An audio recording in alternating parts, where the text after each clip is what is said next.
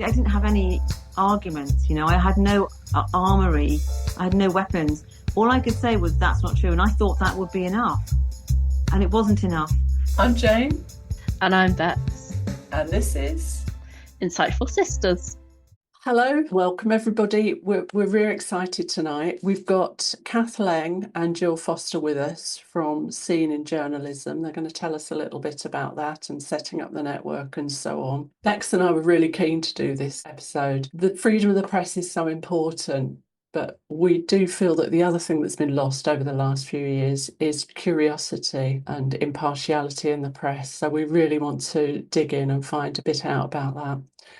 So I'm just going to start by asking Jill and Cath to just tell us a little bit about themselves and how they got into this mess. Hello, my name is Jill Foster. I'm a freelance journalist and writer-editor. I started my career in magazines in the late 90s, and then I worked on the Daily Mirror for 4 years from about 2000 to 2004. From there, I went on to the female section of the Daily Mail, and I worked there until 2008, and I've been freelance ever since. I tend to focus on real life features, case study led stories, and some health as well. But getting into this mess, that was about 4 years ago, 5 years ago now. I'd been paying some attention to what was going on with Maya Forstater's case. And obviously I'd seen J.K. Rowling's tweet, but didn't really understand it. To be honest, it was the Olympics, the 2021 Olympics, that changed things for me. I'd been kind of keeping an eye on everything around that. And again, didn't really understand it, but it was when I saw the Laurel Hubbard weightlifting that I thought, this is a bit odd. This is obviously a man taking part in the Olympics, and I wouldn't be happy with it. But even at that stage, I thought, well, the women competing against him must be okay with it. Otherwise, there'd have been some huge protest or people would be writing letters. I don't know. I just thought, surely, they must be annoyed about it. Anyway, that competition went along, and then it was that magnificent moment with Sarah Robles where the scales just fell from my eyes, where she was in the press conference and somebody asked the gold, silver and bronze medalist, what do you think about Laurel Hubbard? And I'll never forget it. Sarah Robles just took a gulp of her water, leaned forward and said, no, thank you. And for me, it was just a Damascene moment. I just thought, oh my God, these women are so not okay with this. And from then on, I was down the rabbit hole, so to speak. And never looked back, really. Amazing. I think we all remember that. I think a lot of us changed our Twitter bio to have hashtag no thank you at that point. So, Cath, what about you? So I worked for the BBC until about 2 years ago. I've worked for them most of my life. And then in the middle, I took some time out, went abroad, and came back, and I was working on the news channel. So I didn't know, I was abroad when the GRA was passed. I didn't know anything about it at all, and came back, was working on the news channel, didn't really know much about when the first Victoria Derbyshire story came out, the film about transgender children, and I was working on the desk. I was on that programme, outputting that programme, and I just thought, this is just silly. Children, they're going to grow out of it. What is the point of pretending that your child is the opposite sex? But I didn't think anything of it. It didn't occur to me that people might actually medicalise their children. And then I came up hard against it when there were two stories. There was one was a man called Claire Derbyshire who committed a crime, and I wrote it up, and I thought he was a woman because I was just writing. I was like the chief writer at that time. So everything that went through me, like, it had to be correct. If something was wrong on the news channel when I was at work, then it would come back to me. I would be the one to take the fall for any script that was wrong, any inaccuracy. And then I saw his picture. I thought, this guy is a man, and I've just written him up as a woman. And then it really hit hard when we had Chelsea Manning. Chelsea Manning was being pardoned at the time by Obama, or there was talk of pardoning him. He wasn't actually pardoned. So I wrote Chelsea Manning, he now identifies as a woman. Then there was a huge kerfuffle, like a gigantic kerfuffle in the newsroom, huddles of editors, and I was overruled. I had nothing to say to this. I didn't know anything about the issue. And all I could say was, that's not true. Why are we saying this is not true? And this was I didn't have any arguments, I had no armory, I had no weapons. All I could say was, that's not true. And I thought that would be enough. And it wasn't enough. So then I found out about the BBC Style Guide. I found out about lots of things, and I started emailing editors. And so I had lots of meetings with editorial leaders, and eventually it all got a bit out of hand. I was disciplined a few times, and then I took a grievance, and then I left. And then we a group of us started this network so that not just gender critical journalists, it's really journalists who are interested in telling a story that's true and telling the whole story, not selecting out bits of it that we don't like. That's all. So although everybody in the network has views, really all we want is accuracy and impartiality. That's all we ask for. We don't think any voices need to be silenced unless they're actually inciting harm. But news outlets need to be accurate, and they need to be, broadcasters need to be impartial. I think it's a very low bar. So that's what we're fighting for at the moment, and that's where we are. And so the latest is the Supreme Court ruling is going to help us a lot, I think. That Chelsea Manning story, it sounds almost as if you were taken by surprise, as if there had been some agreement that you hadn't been partial to, that you refer to trans women as women and use she, her. It was under the radar. It was completely under the radar. So this all started when a group of trans activists was given some money by the BBC to lobby the media. And they lobbied it so successfully that in 2013, the BBC adopted self-identification. And Channel 4 also went along with it around the same time. But there was we didn't really know. It wasn't a subject of debate at all. But, it was everything was under the radar. The way, as soon as the ink was drying on the Equality Act, the word sex was being replaced by gender in sort of local authority policy, and certainly in our style guide, sex was replaced by gender. And so when it came to my desk in 2016, I didn't know anything about it at all. I thought the transgender children's story was just a silly bit of nonsense, a fad. But this was something that I was actively being told to lie. That you don't go into journalism to lie to 60 million people. That's not why you do it. Absolutely, and it's shocked me. I came into this much later than you, and going back through stories with hindsight now, like the Caster Semenya, I remember watching that race and thinking, this is odd. But the Caster Semenya and the two other men winning silver and bronze, and think, but the BBC are telling us they're women, so they must be women. And I feel so deceived by that, knowing what I know now.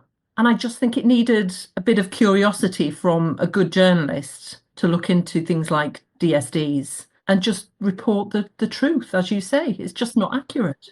Yeah, I mean, it was worse than a lack of curiosity. It's like squashing stories that didn't follow this narrative. And it's not just a trans narrative. It really is a narrative of belief in gender identity.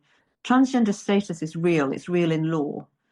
But gender identity isn't real at all. But every time you use the language of gender identity, you're sort of reifying it in the culture. It makes people unable to have the conversations they need to have to, resolve these difficult policy issues, because they don't have the words. I think it is surprising how many people are gender critical, who understand that sex is real and understand you need accuracy. But when you talk to them and you say words and you use male pronouns, or you say trans identified men instead of trans women, it's still, you can tell it still jars, like it's not. And they know, they are totally on board, but it's because over a decade, we've had this kind of massaged into our brains, and we have really, the shutters come down, and it's like, you're not allowed to go there. And we've been trained to think like this for 10 years by our national broadcaster, basically, 12 years. But one of the cleverest things that the trans activists did, I think, is get to the language first. Yes. Changing trans woman and trans man and using pronouns for them. And once you've changed the language, it becomes really, really difficult to unpick. Yes. And I think we'll be doing this for years. But even now, talking to people, even now that this issue is all over the news and all over the papers, talking to the everyday Joe in the street about it, you still sometimes have to go, that's a man. Yeah. Trans woman means man, not woman who identifies as trans. Yes, there's such confusion. Do you think that that's intentional on some level? When we spoke to the NHS workers, one of the questions we asked them was, were you ever given a list of do not says and do says? And they were of the opinion that actually the confusion was almost intentional because it made people scared to speak. Have you found that things are easily clarified if you ask questions about what language is appropriate to use? Or No, people do fumble. I mean, I think the confusion is deliberate. Like the phrase "it's Orwellian" is kind of overused, I think, and it's overused to mean simply that you're told to repeat things that aren't true. But it does actually go rather deeper than that, which is that you stop yourself from saying things because of wrong think, and that's where we are right now. It's like even though you know things to be true, you don't have the words to express your thoughts or to be coherent about it. But if I'm talking to somebody about a trans-identified man, maybe they can't understand me. Maybe they're thinking that's a woman. Who are you talking about now? I think the confusion is 100% deliberate, and you see it a lot when you have debates. Now that we're finally allowed to debate and have conversations, it's like playing chess with a pigeon. You can't string together a coherent argument without people diving in and telling you off for the language you use. Certainly 4 or 5 years ago when I was writing stories, my copy would be changed. If I wrote he, it would be changed to she. And there's no way of getting it through. It was either publish with the correct, in inverted commas, pronoun, or we won't publish it. So I just had to suck it up. Do you think it's changed? Or Yeah, I know for a fact it's changed because just the other day I was writing a piece for one of the newspapers about the Green Party, and I had to write about Amy Challoner. And I wrote at the top of the copy, I have deliberately not used any pronouns for Challoner, and I do not want she or her next to his name if my byline is going on this. Now that sounds incredibly precious for a writer, but it's a line that I just can't cross now because every time I or anyone uses she or her for a man, it makes it more difficult for a woman to say, get him out of my changing room, or he is not allowed in this domestic abuse. Absolutely, it's a completely different conversation. Yeah.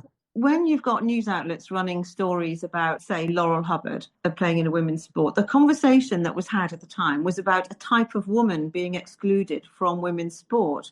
So let's be accurate about it. We get to the bottom of it much quicker if we say this is a man in a woman's sport. That's it. We're not talking about any type of woman. Not in any sense is he a woman. So even the phrase trans woman is deceptive. It's very slippery. But I think certainly it's quite the pronouns are really hard stop. I mean, we've had conversations where editors say, it's just pronouns, we agree on most things, but it's just a pronoun. And I feel like saying, if it's just a pronoun, then stop it. If you think it's not important, go along with us. There are no rules to say we must use. Yeah, but of course they won't go along with us because there would be outrage from gender identity activists. Yeah. Are there any other areas of journalism that you've sort of come across or that you're aware of where there's this level of control over what you say and the language that you use and the way that you present your arguments? No. But I've never come across anything like this in my whole career. No. And I never thought I'd see anything like this in my life, to be honest. The culture of fear that runs even now in news organisations where trans activists have fear of the managing editor or the editor, or somebody in the senior management has a trans child. So a gender critical writer or editor can't just go, well, hang on a minute. There are no sort of scene networks that are open within. There's none that I know of anyway, within these news organisations. So it's very difficult for people to bring up these issues. I think there's a problem as well because journalism is increasingly a kind of gig employ. So if you've got, say, at the BBC, where it used to be you could work there for 6 months on start doing a freelance shift, get a 3-month contract, and you're on the staff within 4 months with pension and everything that goes with it. So, but staff jobs are precious, and becoming ever rarer. So if at the same time you can make quite a good living as a freelance. So, but being a freelance, it means, I mean, Jill, you know a lot more about it. But if they just have to not phone you, they don't have to. If they don't want you, they don't have to go through any kind of employment shenanigans or severance pay or anything like that. And so, if you imagine somebody, they've got their freelance gigs at the BBC, there might be a contract, you know, coming up somewhere. They're not going to endanger it by going to Ed Poll and saying, I think you've got this wrong. And so it is quite insecure. It's quite an insecure profession. So it kind of militates in a way against, unless you're already in an organisation which encourages the work. So like if you're working for the Telegraph, where they encourage these kind of stories, although they're still very strict on the pronouns, I think it is quite hard. But that's one of the frustrating things about this. I went into journalism thinking we were quite a courageous profession. We were brave. We asked the questions that nobody else dared. And suddenly I'm in a profession where all my colleagues are, well, not all of them, but many of them were silent. And it was people like Suzanne Moore, who I've always admired, and Hadley Freeman and Janice Turner, who gave me the courage. I'm not saying I'm anywhere near their league, but they gave me the courage to think, well, I'm going to speak out as well. And I am freelance. You know, my mortgage depends on me being commissioned by various editors. And it was terrifying. I got attacked left, right, and centre. But one thing I have learned is once you're out, you're out. There's no going back down. You've stuck your head above the parapet. And yeah, once you've said something, you can't go back down. If you're at the BBC, all you had to do was suggest covering a story and you were out. So if you just said, maybe we should cover this Maya Forstater court case, all you had to do was pitch it and you're out, because there's a received wisdom that we don't talk about it. You know, we don't report it unless it's some kind of affirmative guff about a man going to makeup lessons or something. You just don't do the difficult stuff. So Jill is absolutely right. You can't just test the water. You can't. You're out. If you're out, you're out. I had no idea that journalism worked that way. It makes me wonder if there's another aspect of it where, like you say, once you're out, you're out. There's also this element of people being in. And would this not mean that different newspapers and different media is essentially creating its own echo chamber in who it employs and who it commissions? So that it's essentially getting this workplace culture that you're not going to be aware of until the moment you speak out, sort of how you did, Cath. Yeah, that's exactly what it's like. You know, I think things are changing now, and I only know about the BBC really as a workplace since covering this issue.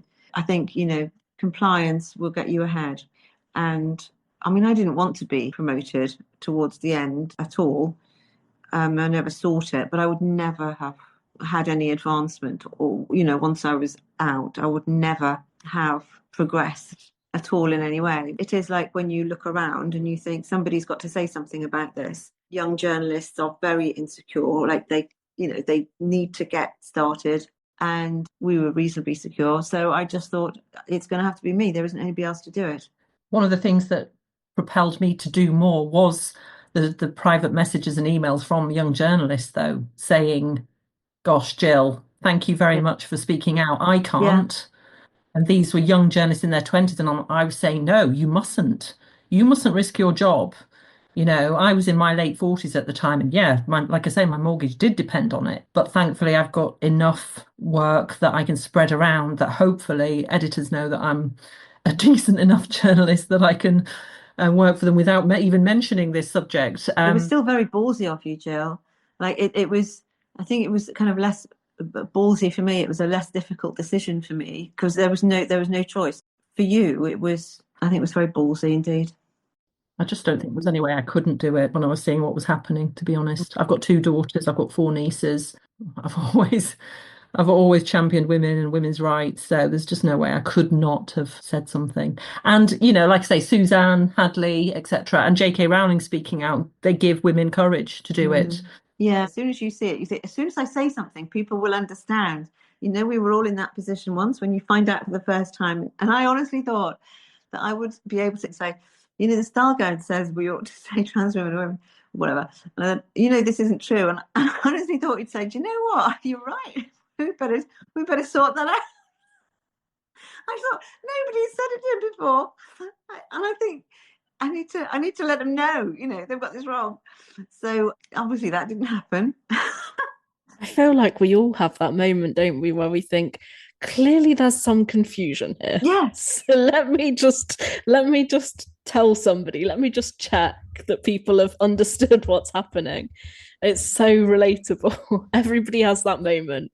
And then the moment of realizing, oh, no, this is intentional. No, you meant to do that. Really? You actually meant to say that and to tell everybody to say that. But anyway, so it was quite hard to talk about it at the BBC. Like, you couldn't talk about it on like Women at the BBC Facebook, or the Women at the BBC was completely captured. There were no forums for us. It was really hard to find people to talk to. It is like the DMs, like Jill says, it's the little DMs from people who can't say anything. It's impossible to know how many people around you sort of agree with you in that case then, isn't it? Yeah. I mean, it must be hard to know if you're the one going mad, or how supported you are. Yeah, but probably like Jill, I would say I've never for 1 second doubted myself on this, because I know that I'm right and we're right. I've never for 1 second doubted. But this is why SIJ has the focus really on accuracy and impartiality. So there are harms ensuing from gender identity theory, but for us it is a primary material, like substantive harm to public understanding if you are not accurate. It's like, in and of itself, that's wrong. And we know it's wrong because every single news outlet, the first thing they say in the mission statement is like, we are accurate, we tell you the truth. So they know it matters. They do know it matters. And we think it matters too. So we just want them to apply it here. It's the number one guideline in the IPSO. IPSO is our watchdog, and it's the number one. Yes, it is. Yeah. Accuracy. We must be accurate. Yeah. That leads on quite well to Jane. Well, we mentioned the Supreme Court ruling. What was it like when were you there? Or did you watch online? What was your reaction? I was there, and so I heard it and I thought, my goodness, we've won. But it was so early on. I don't know if you remember, but it was very, very early on in the judgment. And there was a gasp. And it was, maybe, did we actually win? Or was he just saying, this is the position of one side, and then we're going to go through it, and that's the position of the other? I just thought, I can't, it's just over like that in a minute. And so I was sitting next to Menno, and I passed him a note. And I said, after 2 minutes, I was looking at, have we just won? And he said, yes. So that was great. That was really embarrassing. But honest to God, I was thinking, have we really? Because do you remember how quick it was? I thought there would be a spiel, and then he would say, and as a consequence of all of this, we have decided X, Y, Z. But he said it right at the beginning, and then he gave his explanation. So I doubted my own ears. I think I have a friend who's does a bit of farming, and he says, if you're going to kill a chicken, do it quickly. So my theory was he knew that was going to be a painful thing, that judge, and so he did it at the beginning. He did it quickly. What about you, Jill? Where were you? Well, in a case of spectacular bad planning, I had booked, it was in the middle of the Easter holidays, so I'd booked to take my 2 daughters to some kind of theme park thing. And I was driving, and I turned the radio up, and like Cath said, when he said about biological women, I was like, that means we've won. And then he had to say it again, and then I was like, does that mean we've won? Yes. And then it took about 5 seconds. I was like, yeah. And the girls were saying, Mummy, what's wrong?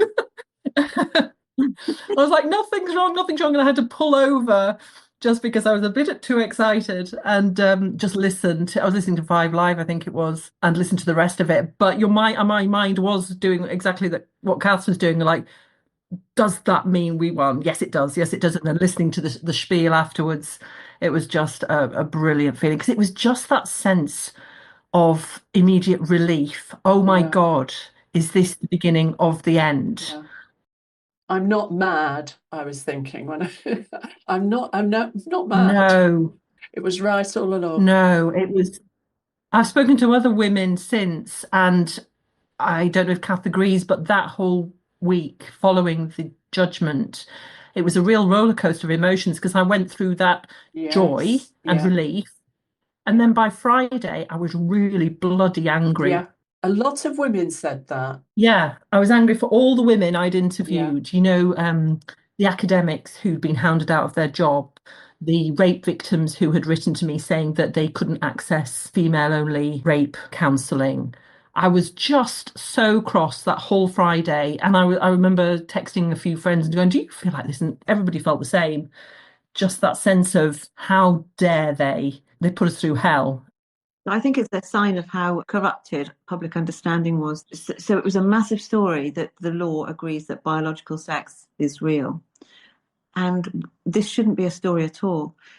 But the outlets were scrambling to catch up with it. It wasn't expected. The real story would have been if they'd said biological sex doesn't exist in law. And yet that would not have made headlines. That is a sign of how perverse our thinking has become, is that it's a massive story that the law agrees that biological sex exists.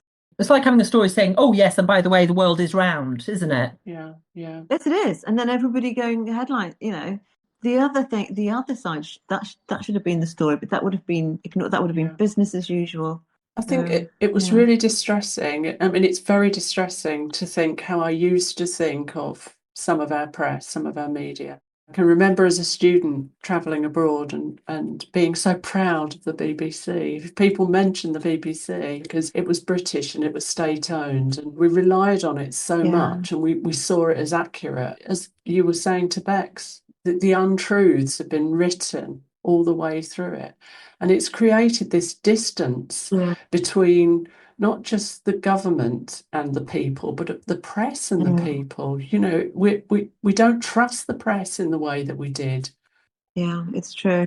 I think that the BBC is undergoing, so turning it around is like turning around an oil tanker. It's a long journey, but I think it has started on the journey. And there are some really good people at the BBC who are trying to see that this is a story that's been missed and needs to be told fully and accurately. They're just operating as normal journalists should. So there were some standouts. There was great coverage when it actually happened on the news channel, that live. The presenter knew what she was talking about. Then we had a really good in-depth piece from Alison Holt and James Melly. That was good. But the Radio 4 programmes, they were allowed to get away with like murder, really. And you could see the various narratives that they were trying to kind of perpetuate, like it's too confusing. And then it hasn't changed anything, it's just the same. It's just a proportionate exclusion. And what was the other one we had? The impact on butch lesbians there's been a lot on that, hasn't there? The impact on women. Nobody cared about the impact on women before, so nobody has ever asked about Muslim women or women who've suffered sexual assault. Nobody cares about them, but now we're particularly concerned about this particular Now group they're of political women. footballs, aren't they? So yeah, if they can use those women, they will do, and that's exactly what they're doing. It's disgraceful, really. Yeah. One of the things that really struck me in the aftermath of the ruling was the number of men being asked about how it was going to affect them. I don't know if you saw that brilliant. Lisa McKenzie did a brilliant Twitter thread about the number of plans identifying men who were being called upon by Channel 4, BBC, etc. And I've got it here in front of me here. So we had, if you don't mind, Jane Fay, male; Samantha Kane, male; Heather Herbert, male; Ellie Gummesell, male; Frida Wallace, male; Debbie Hayton, male; Vic Valentine, we have a female, finally. So the tally so far was 6 identified males and 1 trans-identified females. I won't read them all, but when you get towards the end, it was 84% of those interviewed that Lisa had spotted and others had spotted were men. Wow. Is that all by design, or is some of this the fact that they just haven't been doing their research properly, so they didn't know both sides of the argument? Because sometimes I've seen journalists talking about this since the Supreme Court ruling, and I'm thinking that's not the question you should be asking. Why are you not up to speed with this? We've spent this, most women involved in this have spent at least 4 or 5 years reading, listening, really making ourselves experts in this, even if we were not experts beforehand. Why have journalists not been interested? one of the problems is that accuracy lands on one side of the debate in this. Okay, so that's a big problem for the BBC, because if you are accurate, you land on one side of the debate. It's just the way it is. So that means all your sources, all your accurate sources, are on one side of the debate. So it kind of inhibits a broad research, because if you, for example, go to Michael Foran, who's an expert on the law around this, and he was a guest, a contributor on a programme, he kind of seen as one side of the debate, whereas actually he's just a standalone expert. He's completely, all he took, I mean, he has actually received flack from some gender critical people on, because he is completely impartial. That's one of the problems with research when you're talking about the BBC, because all the good, solid, factual research is on one side of the debate. And I don't think it's an exaggeration to say that. You know, if you look at on the Sunday programme, when Ed Davies, in an interview with Laura Kuenssberg, that the Supreme Court judges said trans women are women. And Laura Kuenssberg should have known immediately to say, what are you talking about? They didn't say that at all. They absolutely didn't say that. In any way, did they? No way. But it is not comfortable enough with it to be able to say that's not true. So quite often what they do is this, like, open the mic, let people say what they want, and then let somebody else on the other side say what they want, and don't do any, as in journalistic terms, they let two people argue about whether or not it's raining without going to the window to look out. Do you know what I mean? That's what they do, because they're not really comfortable with it. And you have to remember that there are full-on activists working within these organisations that have the ear of some very senior executives at whatever newspaper and whatever TV organisation, and they've been in there for years. You know, I think the BBC, doesn't the BBC have something like 400 employees that identify as trans? Yeah, it's not that many, but you only need one in a department. Yeah. You don't need that many, or one in a social circle. Yeah, you just don't need to have, I mean, when people talk about numbers, it's as if, you know, numbers makes a difference. Numbers don't make any difference at all. All it takes is one head of a hub to have a trans identified nephew that she only sees once a year, or he only sees once a year, and that's it. Proper reporting is inhibited. And this is different to any other subject. It is like it really does act as a brake on coverage when you have trans identified kind of contacts in your circle or your family. So we've identified what all the problems are. What's going to happen? How can we unpick it? Because I think a lot of what the gender critical movement will be doing over the next few years is sort of looking at compliance and adherence to the law, and picking out where people are making errors. Jill? Well, we know that the newspapers and the BBC, etc., will have to look at their guidelines again, or we at least hope they will. The BBC style, you're better at this, Cath, but the BBC style guide. They say they are considering updating it in the light of the ruling. The adoption of self-ID by BBC, and to a lesser extent Channel 4, led an enormous culture shift in the UK, huge.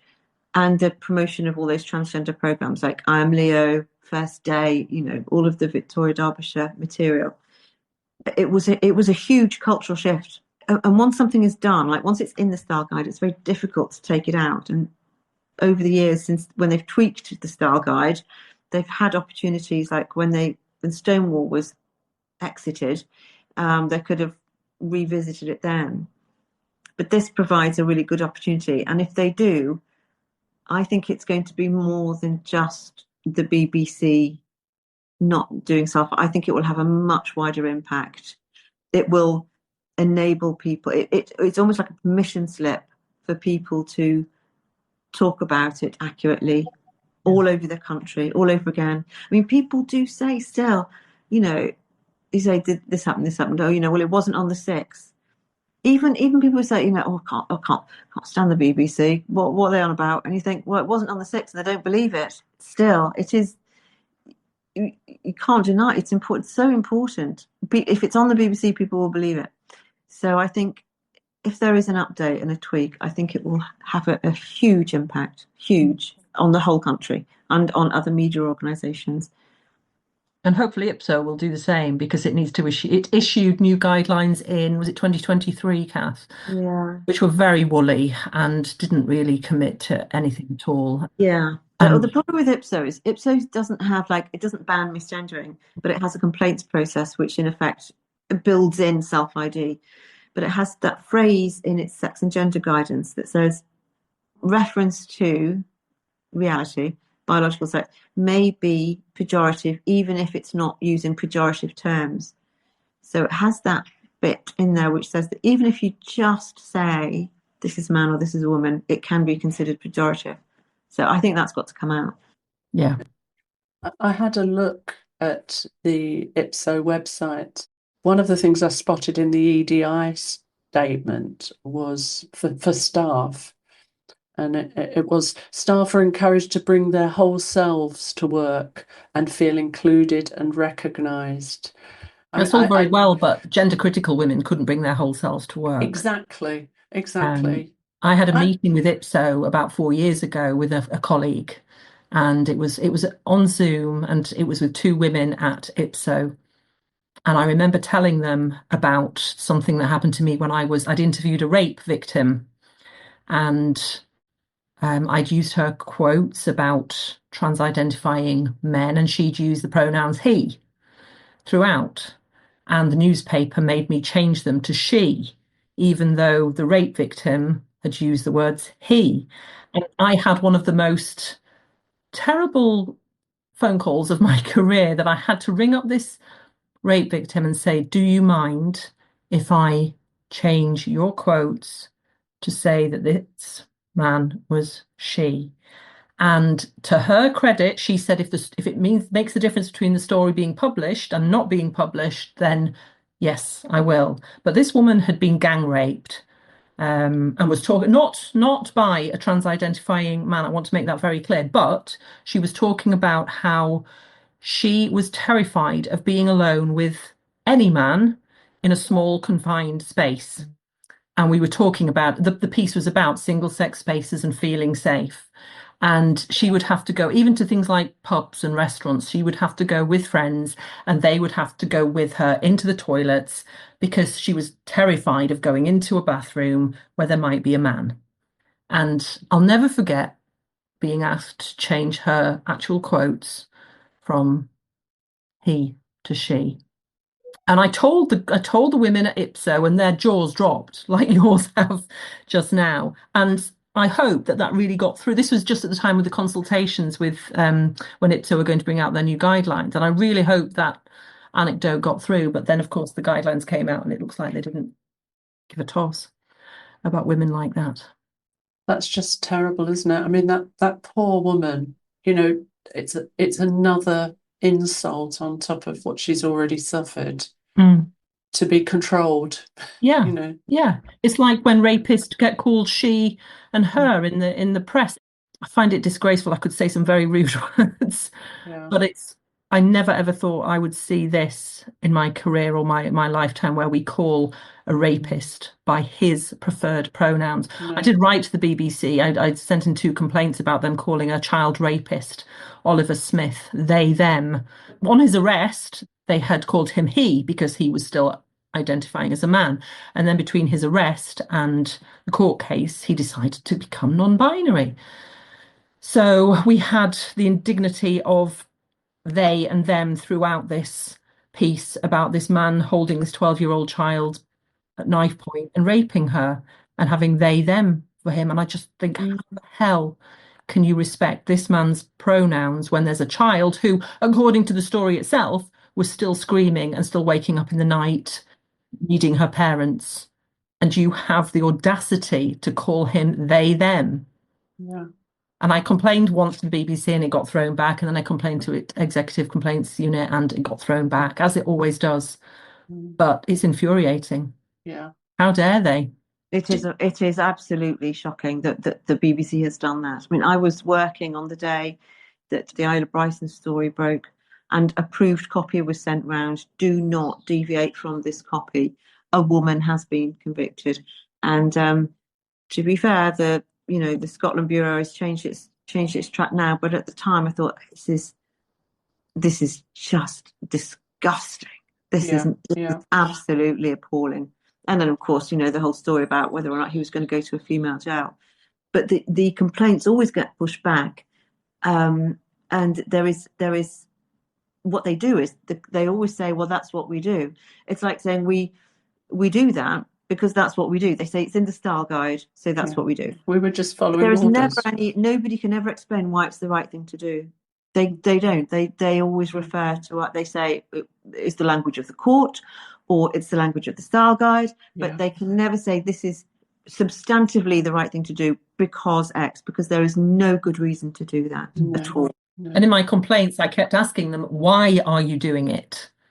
You've not answered that question. Why are the BBC respecting this rapist's pronouns? And they couldn't answer.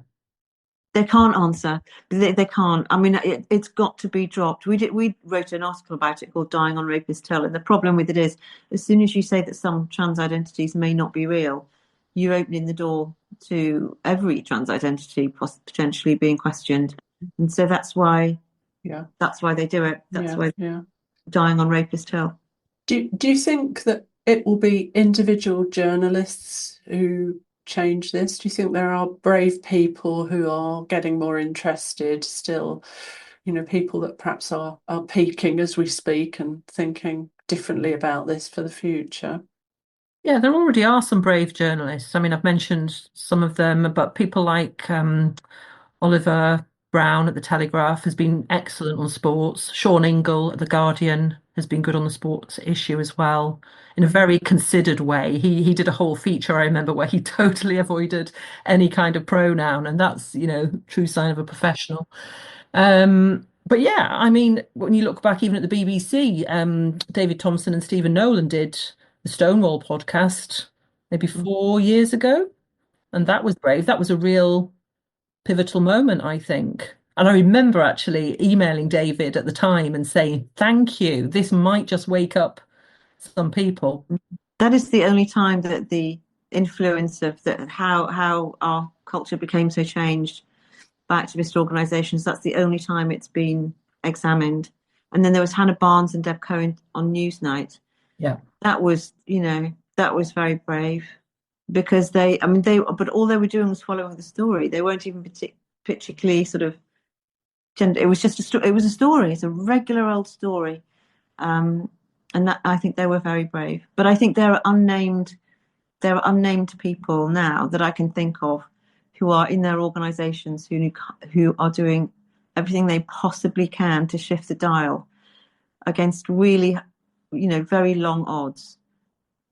But they still can't come out. I mean, some of them can't even be in like little secret groups. They're just kind of working away inside organisations to try to change things.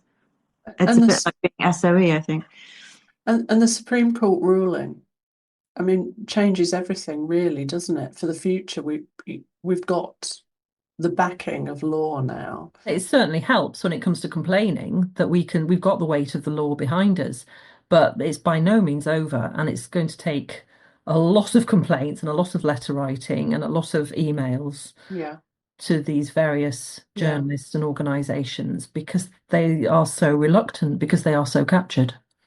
I've heard you talk about this before, so can you tell us how to best complain? Because there are people listening to this who will want to be effective. Tell us how to do it. Well, so we've got a sort of little blog up of how to complain, which is pro forma, and we would say to people, if you do complain, pursue it. At the BBC, pursue it. Stage 1, Stage 2, ECU, take it to Ofcom. There is a culture of complaints activism on the sort of other side, which is I don't know where they find the time to do it. Obviously, they're not as busy as a lot of the women involved. But they just don't stop, and this is correspondents and producers sometimes don't do stories because it's just too much trouble. because they will be flooded. Their inbox will be full of complaints. And this is another example of capture in the complaints unit, for example, I would say at the BBC, but I've heard of it in other news outlets as well. So it's very important that we do the same, so that there is an equal deterrent, if you know what I mean, so that it's not all one-sided. But you can, if there's a byline in a story and you think if you've got something to say, look, you've got this wrong, you've got the law wrong here, this is not right, you can email them. It's quite easy to find out the BBC's pro forma email address. It's very straightforward, just Google it.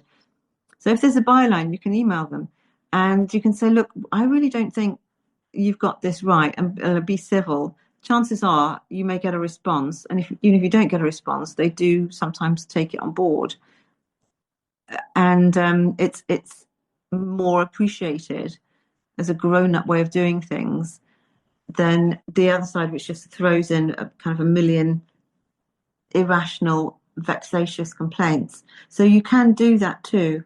And on that note, I would also say compliment journalists when they do it right as well. 100%. Send in emails and say, well done, that was a great report. Journalists all have egos. We love being told that our stories are great. So drop them a line and say, thank you. This was a great way to report this issue, sensible, measured, legal, etc. Agree with that. And so some news outlets have literally, if it's an appreciation, you generally don't want to respond. So it's much quicker to do. And you can quite often just leave a voice message, or it's much, much more straightforward. You don't have to give like all these things for, do you want a response? If you just say no, then you just skip through like all this kind of stuff that you have to give when you want to hear back from them.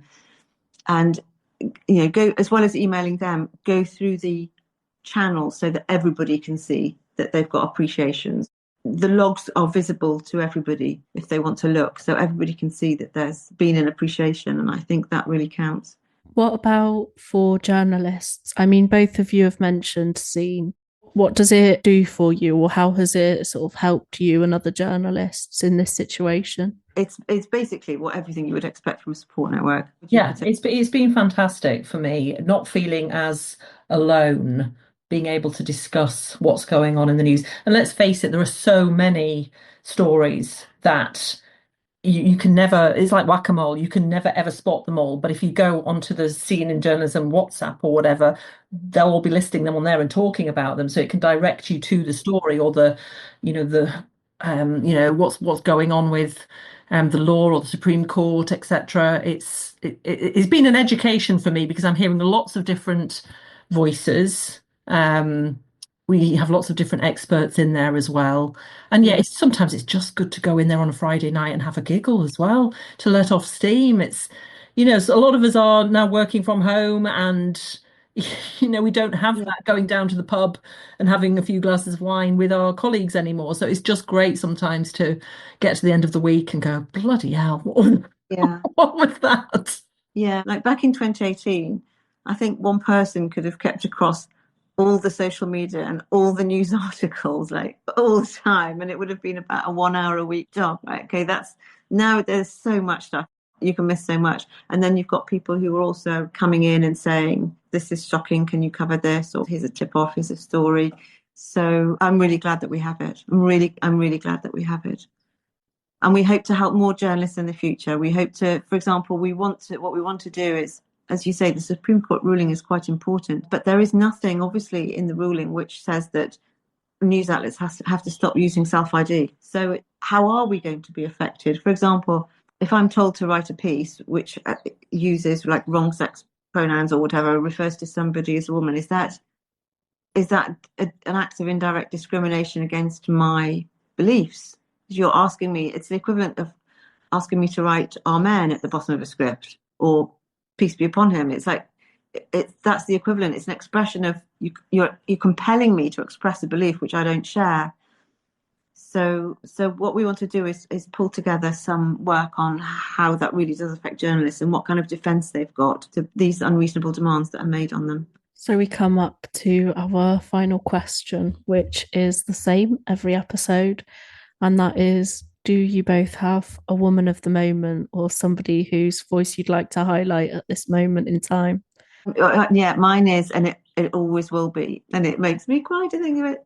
and I can't name them, but it's the original coven of women at the BBC. When we found each other, it was like this Titanic, and the door. I mean, we just climbed onto this raft, and a lot of them are very, very, very under the radar, and they're so tough, and they've had such a hard time. So it's those women, and I can't name them, but it's those women. They knew who they are anyway. They know who they are. And Jill? She's going to absolutely hate this and say, no, but I'm going to say Cath Leng. No, Because- I am going to say no. That can't be No, true. I'm absolutely going to say Cath Leng, because Cath is just this absolutely amazing powerhouse of knowledge. And not only that, she's brought us together in a way that I just don't know how she does it, to be honest. She's always firing off emails, she's setting up meetings, she's keeping the group, cohesive. She's constantly working to get this shit out of journalism. And thanks, Cath, because honestly, you're That's so amazing. sweet. I'm actually really touched. I wouldn't have in a million years. I'm really moved by that. Thank you, Jill. I think it's too much and too kind. Way like 100% too kind. But thank you very much. I really love you as well. Well, I think you're both on my women of the moment after this episode. Wow. Yeah. What a Well, brave thing to do. Thank you for having us on. Thank you so much for making the time to speak to us. Yeah, It's been amazing. Thank you for speaking to us, and thank you for listening for this long. We hope that you've really enjoyed this episode, and if so, please do like, share, comment, subscribe, and we really, really hope to see you in future episodes too.